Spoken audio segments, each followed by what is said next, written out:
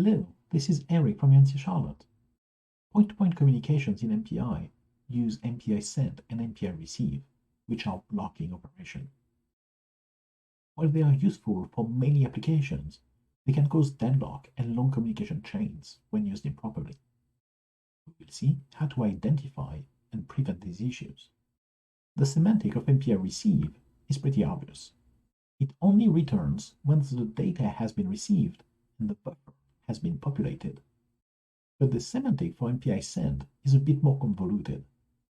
The MPI standard says that MPI send does not return until the message data and envelope have been safely stored away so that the sender is free to access and overwrite the send buffer. So in essence, it does not return until the sender can move on. But the standard does not guarantee whether the data has been received or not by the time MPI send returns. In particular, MPI may buffer outgoing messages. The send call may complete before a matching receive is invoked. But also, MPI may choose not to buffer outgoing messages, in which case, the send call will not complete until a matching receive has been posted and the data has been moved to the receiver.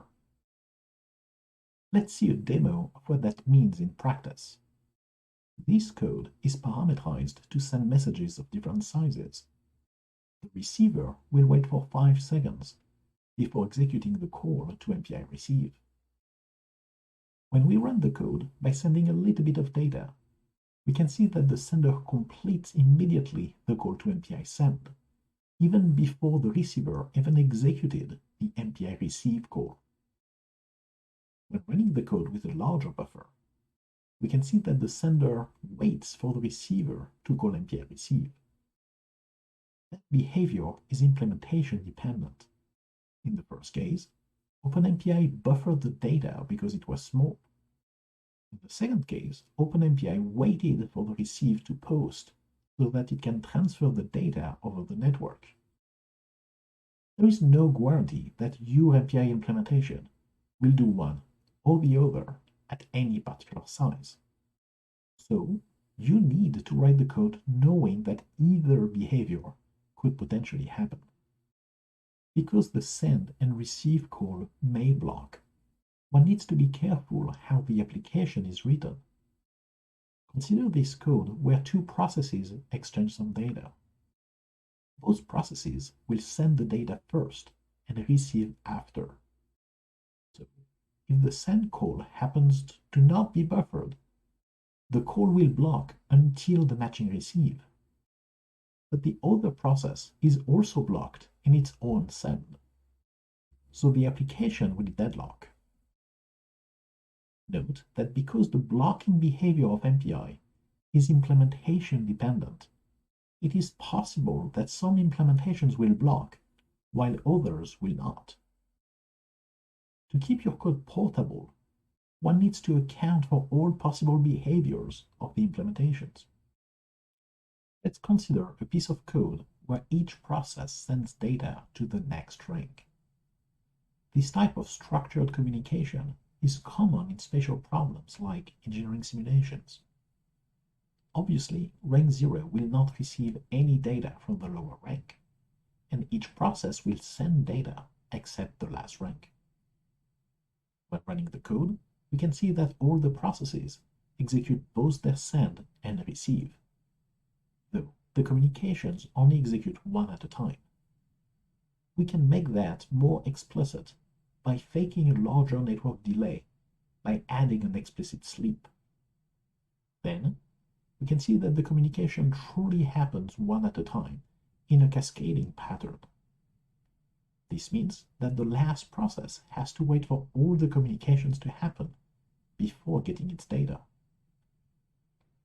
At a small scale, this may not be too much of a problem, but for an application running on 10,000 cores, this would be a significant bottleneck. These two problems, deadlock and cascading communication, happen because a process is only part of a single communication at a time, and also because the send and receive pair creates an implicit dependency. The solution to these problems is to reorganize the code so that there is no cycle to prevent deadlocks, and so that there is no long chain to minimize the critical path of the application. In applications where many communications happen at once, one can express the communication patterns using a directed graph, where the vertices are processes and the edges are individual communications. We want to decompose the graph in multiple graphs called matchings, so that each graph will have all the vertices, but only part of the edges. In a matching, each vertex can have at most one incident edge, and the union of all the matchings need to represent the original graph. Then, one would reorganize the code to execute the communication in phases, one matching at a time. Let's take an example that would arise in a 1D decomposition of an engineering application. Each process needs to communicate some data to its neighbors. We will decompose this communication graph in matchings. In the first matching, each odd process will send data to its successor. In the second matching, each even process will send data to its predecessor. Together, these communication phases account for all the communications that the application has to make. And we know for sure that there will be no deadlocks and that there will be no cascading effects. Then, it remains to write a code that performs that decomposition. In this case, the code is different between the even and odd processes, and also for the first and last process of the communicator. We can see that this code lacks symmetry and is fairly messy, but it does account for all the communications of the problem, avoids deadlock, and has no long chain of dependencies. Blocking point-to-point communications break process symmetry.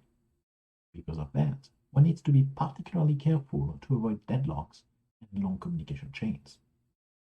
Fortunately, we can model the communication phase of an application as a directed graph. Decomposing that graph in matchings enables us to rewrite the communication phase in a safe way. Because this type of bugs can be subtle and depends on the MPI implementation, it is particularly important to extensively test your MPI applications.